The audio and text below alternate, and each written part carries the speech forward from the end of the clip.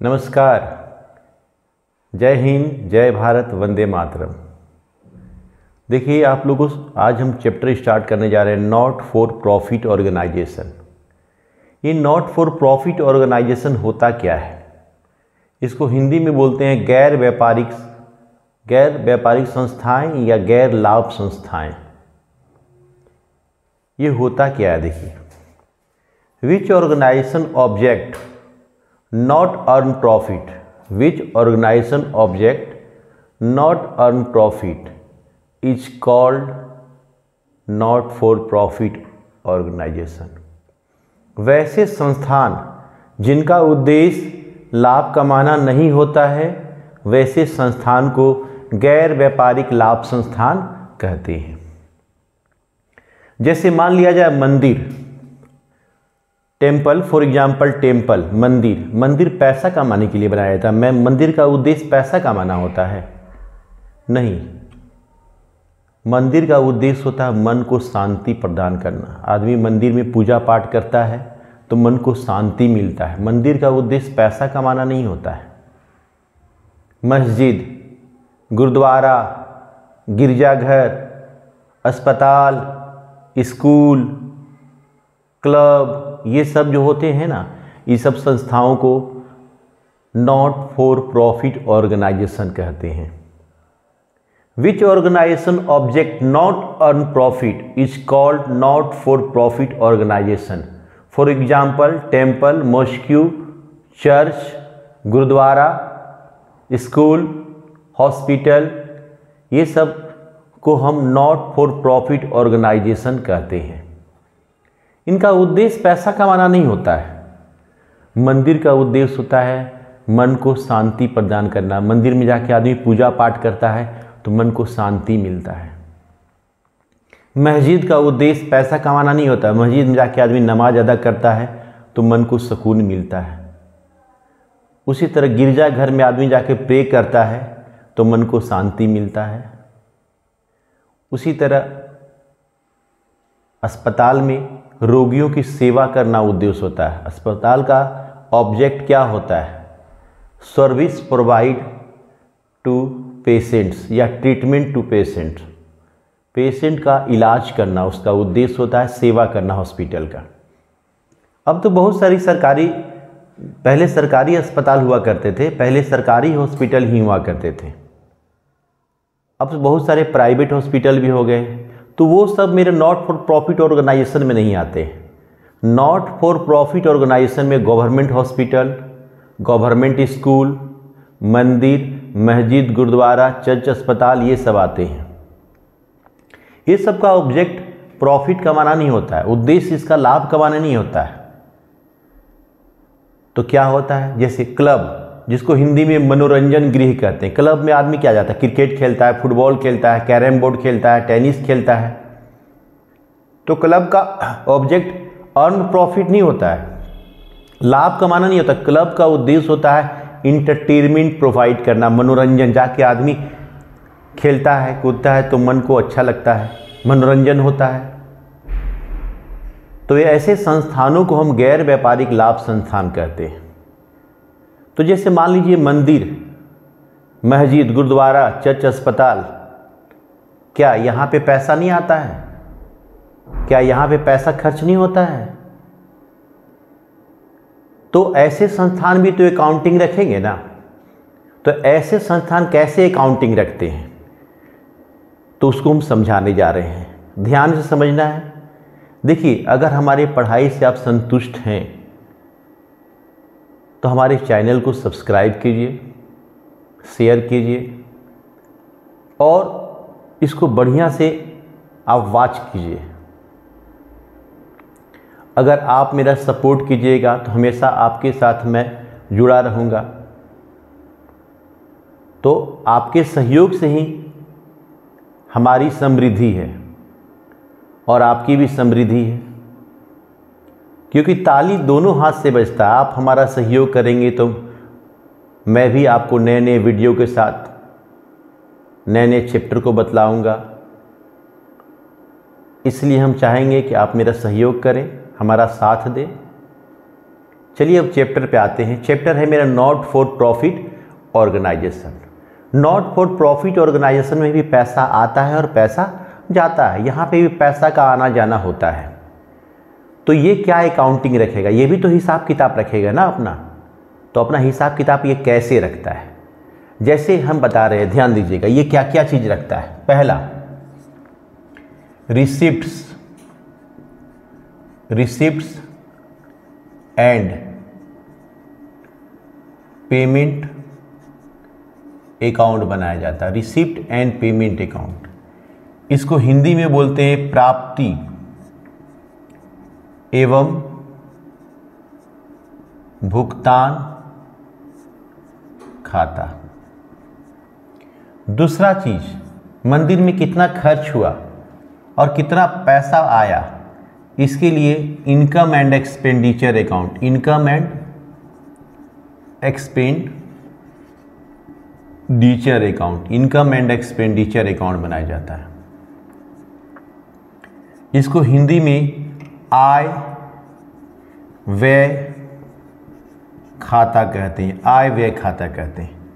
और तीसरा, balance sheet, इसको हिंदी में आर्थिक चिट्ठा कहते हैं, आर्थिक चिट्ठा या तुलनक पत्र कहते हैं।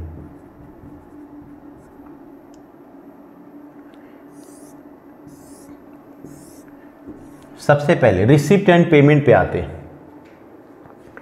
तो हम आपको बतला रहे हैं बिजनेसमैन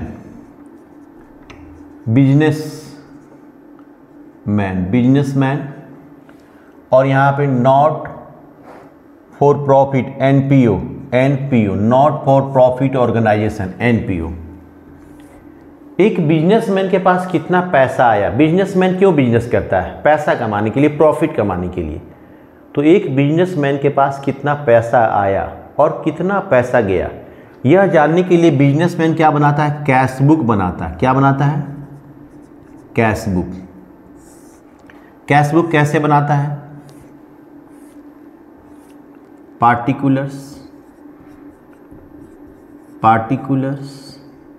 यहाँ पे अमाउंट, फिर यहाँ पे पार्टिकुलर्स, फिर यहाँ पे अमाउंट, DRCR। बिजनेसमैन के पास पैसा जब आएगा, पैसा आने पर इफ कैश रिसीव्ड, अगर कैश रिसीव्ड होता है तो डेबिट में लिखा जाता है 2 लिख के, और इफ कैश गोज आउट, अगर पैसा जाता है तो क्रेडिट में लिखा जाता है। एक बिजनेसमैन के पास कितना पैसा आया और कितना पैसा गया, यह जानने के लिए वो कैश बुक बनाता है। वो क्या बनाता है, कैश बुक बनाता है। तो पैसा आने पर, देखिए पैसा लिख देते एकदम हिंदी में भी लिख देते हैं, पैसा आने पर बिजनेसमैन कहाँ लिखता है, डेबिट में, और पैसा जाने पर बिजनेसमैन क्या करता है, क्रेडिट पे लिखता है। तो बिजनेसमैन के पास कितना पैसा आया और कितना पैसा गया, यह जानने के लिए वो कैश बुक बनाता है। नॉट फॉर प्रॉफिट ऑर्गेनाइजेशन, मंदिर, मस्जिद, गुरुद्वारा, चर्च, अस्पताल के पास कितना पैसा आया और कितना पैसा गया, यह जानने के लिए वो रिसिप्ट्स एंड पेमेंट अकाउंट बनाता है। Receipts and payment account, receipt and payment account बनाता है। प्राप्ति एवं भुगतान खाता, इसको हिंदी में प्राप्ति एवं भुगतान खाता कहते हैं, प्राप्ति एवं भुगतान खाता कहते हैं। यहां पे लिखा जाता है रिसिप्ट्स, यहां लिखा जाता है अमाउंट रुपीज, यहाँ पे पेमेंट और फिर यहाँ पे अमाउंट रुपीज। और सेम चीज, खाली नाम का अंतर है, सेम चीज होता है। यहाँ पे रिसिप्ट पे देखिए, if cash received, cash receive होने पे डेबिट में लिखा जाता है, पैसा प्राप्त होने पर, पैसा प्राप्त होने पर, प्राप्त होने पर डेबिट में लिखा जाता है। By if cash goes out, goes out, पैसा जाने पर, पैसा जाने पर, जाने पर क्रेडिट में लिखते हैं। जिस तरह देखिए बिजनेसमैन के पास कितना पैसा आया और कितना पैसा गया, यह जानने के लिए वो कैश बुक बनाता है, हिंदी में रोकड़ बही बनाता है। उसी तरह not for profit organisation, it's means mandir, masjid, gurdwara, church, अस्पताल के पास कितना पैसा आया और कितना पैसा गया, यह जानने के लिए वो क्या बनाता है, रिसिप्ट एंड पेमेंट अकाउंट बनाता है, प्राप्ति एवं भुगतान खाता बनाता है। अब यहां पे ध्यान दीजिएगा, खाली नाम का चेंजिंग हुआ, काम वही हुआ है। अब देखिए एक बिजनेसमैन को कितना प्रॉफिट हुआ या लाभ हुआ, यह जानने के लिए वो प्रॉफिट एंड लॉस अकाउंट बनाता है। एक बिजनेसमैन को कितना प्रॉफिट हुआ या लाभ हुआ, यह जानने के लिए वो प्रॉफिट एंड लॉस अकाउंट बनाता है। कैसे बनाता है, DR particulars amount rupees, particulars amount rupees CR। यहां पे डेबिट में ऑल एक्सपेंसेज एंड लॉसेस, सभी व्यय एवं हानियां, सभी व्यय एवं हानियां इधर लिखा जाता है। एक बिजनेसमैन को कितना प्रॉफिट हुआ और कितना, एक बिजनेसमैन को कितना प्रॉफिट हुआ या लॉस हुआ, यह जानने के लिए वह प्रॉफिट एंड लॉस अकाउंट बनाता है। तो सिंपल व्यू में समझा रहे हैं प्रॉफिट एंड लॉस बिजनेसमैन कैसे बनाता है। तो profit and loss, particulars amount DR CR, यहाँ लिखता है डेबिट में ऑल एक्सपेंसेज एंड लॉसेस लिखता है, क्रेडिट में ऑल इनकम एंड गेन, सभी आय एवं लाभ लिखा जाता है। इधर बिजनेसमैन प्रॉफिट जानने के लिए प्रॉफिट एंड लॉस अकाउंट बनाता है। उसी प्रकार नॉट फॉर प्रॉफिट ऑर्गेनाइजेशन, तो प्रॉफिट कमाने के लिए, लॉस के लिए तो है नहीं, लेकिन नॉट फॉर प्रॉफिट ऑर्गेनाइजेशन क्या है, ये जानना चाहता है कि मेरे पास पैसा अधिक है या पैसा कम है। पैसा अधिक है तो उसको बोलते हैं सरप्लस, अगर पैसा कम है तो उसको बोलते हैं डिफिसिट। तो पैसा ज़्यादा है या कम है, यह जानने के लिए not for profit organisation income and expenditure account बनाता है। Income and expenditure account, income and expenditure account बनाता है। Income and expenditure account for the, income and expenditure account बनाता है। कैसे बनाता है, सेम चीज, इनकम एंड एक्सपेंडिचर अकाउंट को हिंदी में आय व्यय खाता कहते हैं, आय व्यय खाता, एकदम सेम बनता है, नाम का केवल चेंजिंग होता है। जैसे अच्छा बताएंगे, यहाँ पे एक्सपेंडिचर लिखा जाता है, एक्सपेंडिचर लिखा जाता है, यहाँ अमाउंट रुपीज लिखा जाता है, यहाँ इनकम लिखा जाता है, यहाँ पे अमाउंट रुपीज लिखा जाता है। यहाँ डेबिट क्रेडिट इसमें नहीं होता है। इधर लिखा जाता है ऑल एक्सपेंसेज एंड लॉसेस, सभी व्यय और हानि लिखा जाता है, हानियां, सभी व्यय और हानियां लिखा जाता है। इधर लिखा जाता है ऑल इनकम एंड गेन, सभी आय और लाभ लिखा जाता है। हम ये बतलाना चाह रहे हैं आप लोग को कि नॉट फॉर प्रॉफिट ऑर्गेनाइजेशन होता है। फिर से एक बार समझिए, not for profit organisation, which organisation object not earn profit is called not for profit organisation. वैसे संस्थान जिसका उद्देश्य लाभ कमाना नहीं है, वैसे संस्थान को हम गैर लाभ संस्थान कहते हैं।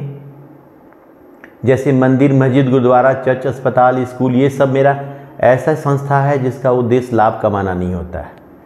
तो बिजनेसमैन के पास कितना पैसा आया और कितना पैसा गया ये जानने के लिए वो कैश बुक बनाता है।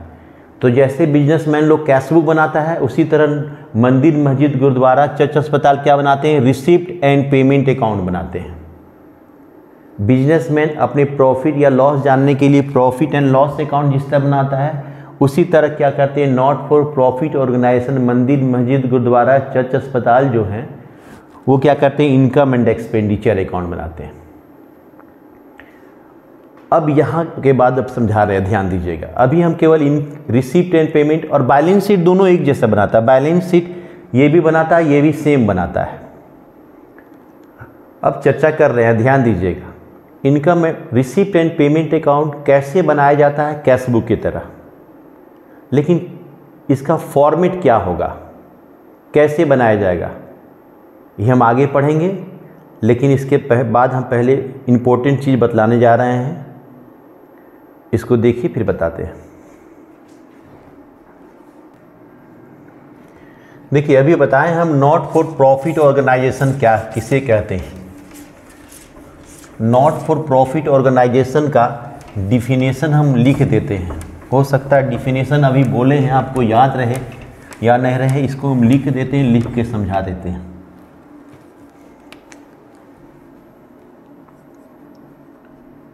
विच organisation object not earn profit is called not for profit organisation.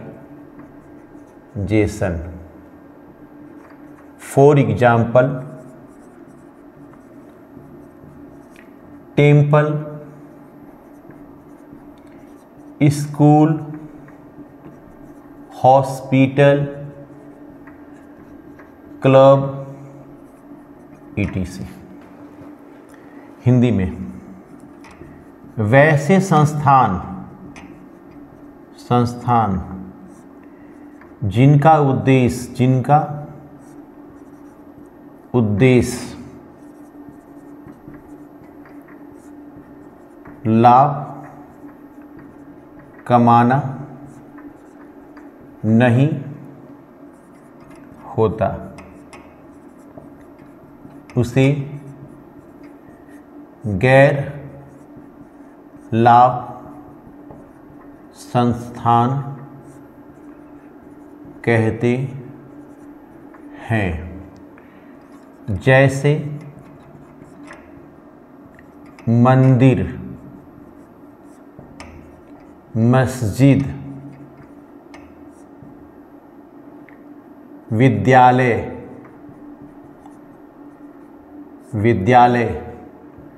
अस्पताल,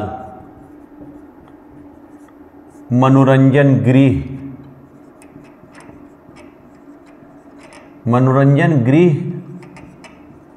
इत्यादि। मनोरंजन गृह क्लब को कहते हैं।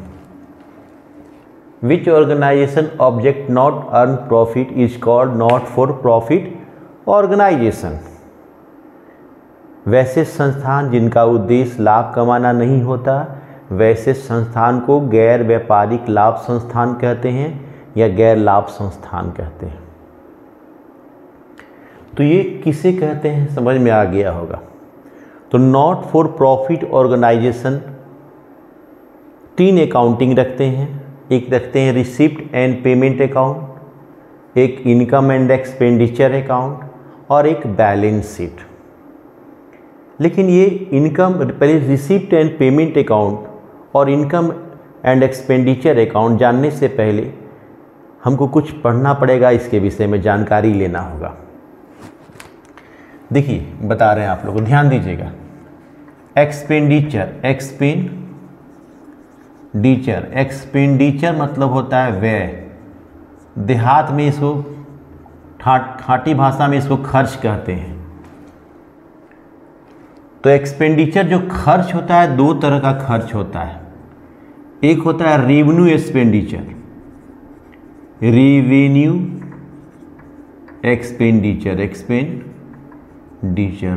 एक्सपेंडिचर को हिंदी में आयगत व्यय कहते हैं, आयगत व्यय कहते हैं। और एक होता है कैपिटल एक्सपेंडिचर,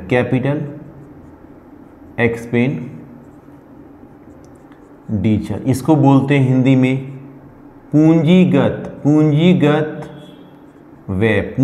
व्यय। खर्च दो तरह का होता है, revenue expenditure and capital expenditure. अब ये क्या होता है इसके विषय में समझाने जा रहे हैं। पहले लिख देते हैं क्या होता है। Which expenses always done is called revenue expenditure. वैसा व्यय जो हमेशा होती रहता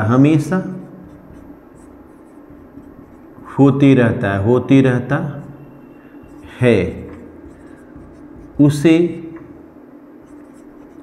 आयगत व्यय कहते हैं। एकदम सिंपल भाषा में लिखे, कोई किताबी लैंग्वेज नहीं, एकदम सिंपल लैंग्वेज है। Which expenses always done is called revenue expenditure. वैसा खर्च जो हमेशा होता है उसको हम लोग रेवेन्यू एक्सपेंडिचर कहते हैं। फॉर एग्जाम्पल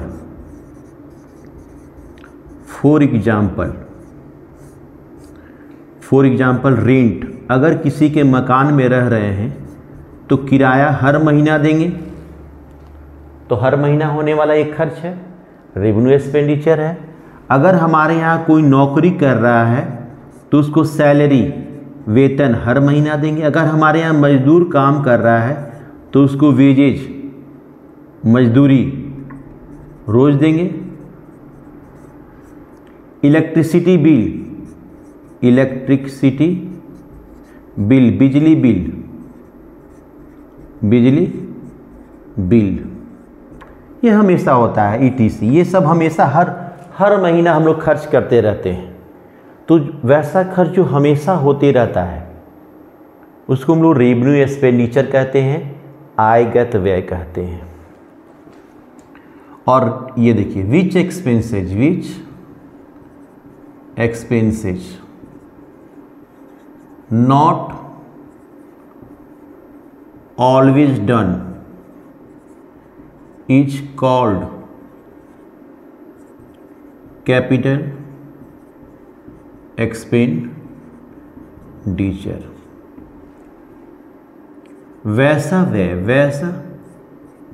व्यय जो हमेशा नहीं होता उसे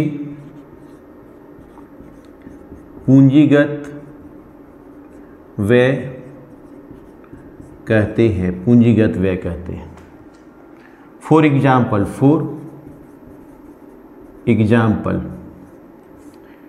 परचेज ऑफ एसिड्स,